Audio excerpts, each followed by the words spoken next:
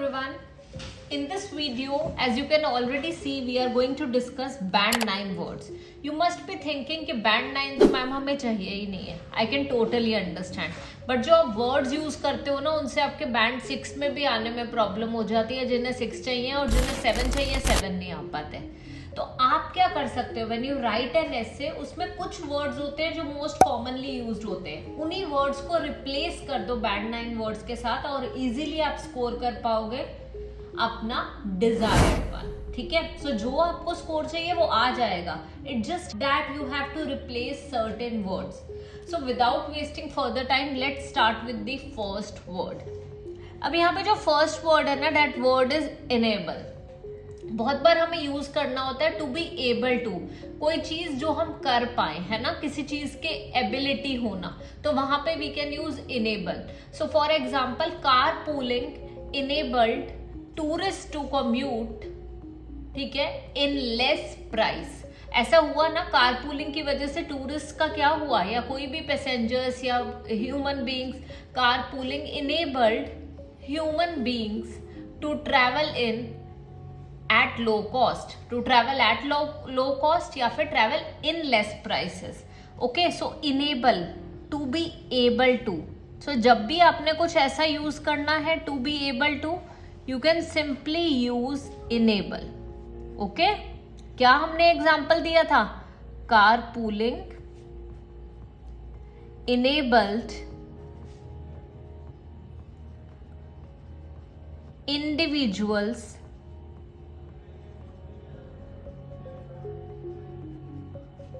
to travel at low cost, है ना. Carpooling की वजह से ये चीज हुई. So we have written this example. Now will proceed to the second word here. हम बहुत बार किसी चीज के बारे में बताना चाहते हैं कि बहुत ही मेजर कोई चेंज था, है ना, तो कोई बिग चेंज, है ना, कोई मेजर चेंज था. तो बट वहां पे बिग एंड मेजर जो है ना, बहुत ही कॉमन वर्ड्स हैं. आप बिग और मेजर की जगह पे यू कैन यूज कंसिडरेबल और यू कैन यूज सिग्निफिकेंट. ठीक है, सिग्निफिकेंट या considerable, you can use words like such. ठीक है, so significant number of people were interested in the new laws imposed by the government. ठीक है, so significant proportion, considerable proportion, so वहां पे we can use this word. अब ये जो दो वर्ड्स मैंने पहले आपको बताए हैं ना, इनेबल और कंसिडरेबल, ये काफी इजीली यूज हो सकते हैं किसी भी एसे में. एक और वर्ड है जो हम बहुत बार यूज करते हैं, एंड दैट वर्ड इज, आप सोच रहे होगे कि मैं वो वाला वर्ड पहले क्यों बता रही हूँ, क्योंकि वो वर्ड काफी बार यूज होता है, and that word is a number of.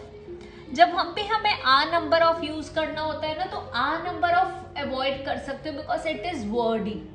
इसे ऐसा भी समझ आएगा किसी एग्जामिनर को कि आप unnecessary number of words increase करने के लिए यूज कर रहे हो. Instead of this you can use several और यू कैन यूज मल्टीफेरियस. ठीक है, so what can you use? You can use several और मल्टीफेरियस. नाउ यहां पे आते हैं हमारे थर्ड वर्ड की तरफ, जो कि वर्ड है एक्सटेंसिवली. एक्सटेंसिवली होता है कोई चीज लार्ज स्केल पे यूज होना, वाइडली यूज होना. सो उसके लिए we can use extensively. Extensively कोई चीज लार्ज स्केल पे यूज हो रही है, वाइडली यूज हो रही है, तो यू कैन से दिस. ठीक है, सो जैसे कि हम बात कर सकते हैं, अगर हम पॉल्यूशन की बात करें, so pollution is increasing at a rapid pace. ठीक है, और we can say pollution is increasing extensively, है ना. extensively मतलब काफी जगह पे फैल रहा है. air pollution is increasing extensively. और we can also use extensively, basically एक adverb है. ly लग गया ना बाद में, ये एक adverb है. तो जब भी आपने कुछ ऐसा एग्जाम्पल देना है, कुछ ऐसी बात करनी है, तो आप इजीली यूज कर सकते हो वर्ड एक्सटेंसिवली, कोई लार्ज स्केल पे. ठीक है, फॉर एग्जाम्पल अगर हम बात करें तो कुछ खाने की, जंक फूड की बात करें, so junk food is being consumed extensively, है ना, लार्ज स्केल पे कंज्यूम होता है, तो एक्सटेंसिवली देयर ऑल्सो. हमें बहुत बार बोलना होता है करंट सिचुएशन में ऐसा हो रहा है, तो यार करंट वर्ड मत यूज करो, ये बहुत ही कॉमन वर्ड है. Instead of current you can use prevailing. In this prevailing situation the government should take care of the health care sector और use advance technology in order to improve health care sector. ठीक है, in this prevailing situation, इस prevailing situation में government को ऐसा करना चाहिए. In this prevailing situation the government should incorporate advance techniques in order to improve the health care sector. So ये तो आपको वर्ड्स पता चल गए. ये सारे वो वर्ड्स हैं जो बहुत ज्यादा यूज होते हैं. अब इसी से रिलेटेड एक और वर्ड है हमारे पास, दैट वर्ड इज इम्पॉर्टेंट, है ना. हम यूज करते हैं इम्पॉर्टेंट, बट इम्पॉर्टेंट की जगह आप यूज कर सकते हो prominent. You can also use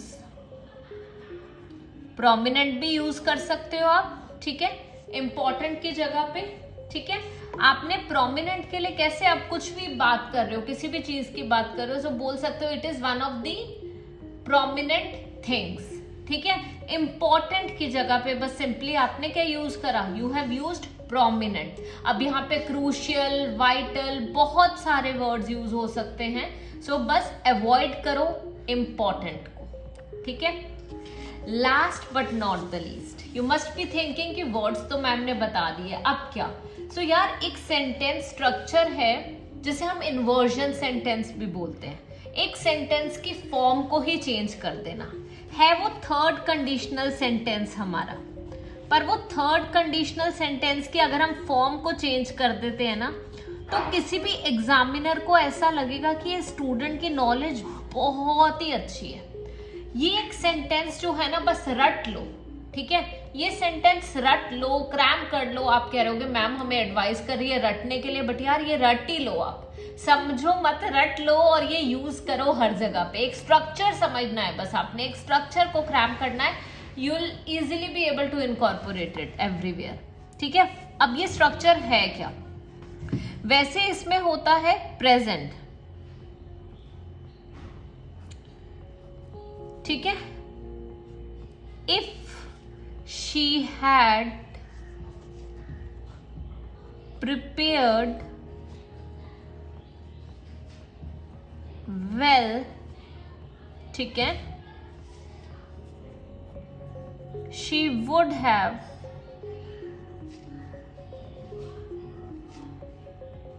cleared the interview. अब ये तो एक नॉर्मल सेंटेंस है थर्ड कंडीशनल, जो कि आपने बहुत बार सुना होगा फॉर श्योर, बट हमने ऐसे नहीं यूज करना इसे. इसको जरा इन्वर्जन कर दो, चेंज कर दो. Had she prepared well, had she prepared well, had she prepared well, she would have cleared the interview. Had she prepared well, she would have cleared the interview. अब ये सेंटेंस जो है ना, ये आप बॉडी पैराग्राफ 2 में जरूर use करो किसी आइडिया को एक्सप्लेन करने के लिए, and it will help you guys a lot. ठीक है, सो मतलब ये सोच लो, ये एक बोनस टिप है जो मैंने आज आपको इस वीडियो में दी है, और इस बोनस टिप से इजीली 0.5 तो बढ़ ही जाएगा. ठीक है, so had she prepared well, she would have cleared the interview. Had the government imposed hefty fines, have the government imposed hefty fines, the problem would have, ठीक है, the problem would have decreased or ameliorated, कुछ भी बोल सकते हैं. So now यार ये तो मैंने एक चीज आपको बताई है जो भी आप अपने 5.5 और 6.5 बैंड ऐसे में इजिली इनकॉर्पोरेट करो, और आपका 0.5 बैंड स्कोर आराम से इंप्रूव हो जाएगा with the help of this technique. But एक सजेशन मेरा और है, there is a video related to sentence structure जो शायद आप लोगों ने नहीं देखी होगी. नहीं देखिए तो आज ही मेरे चैनल पे जाके देखो, that video is the bands groove video. उसमें मैंने सारे सेंटेंस स्ट्रक्चर्स बताए हैं जो आप किसी भी ऐसे में यूज कर सकते हो और आपको सोचना नहीं पड़ेगा कि कौन सा यूज करना है, कैसे यूज करना है, ठीक है। सो वीडियो बहुत ही डिटेल बनाई हुई है, जाके देखो, you will get to know. And उस वीडियो का लिंक आपको स्क्रीन पे दिख जाएगा और मैं डिस्क्रिप्शन में भी जरूर ऐड कर दूंगी। So that's all for this. Start scoring well in your writing exam, and if you have any issues related to writing module, do ask me in the comment section. Bye bye.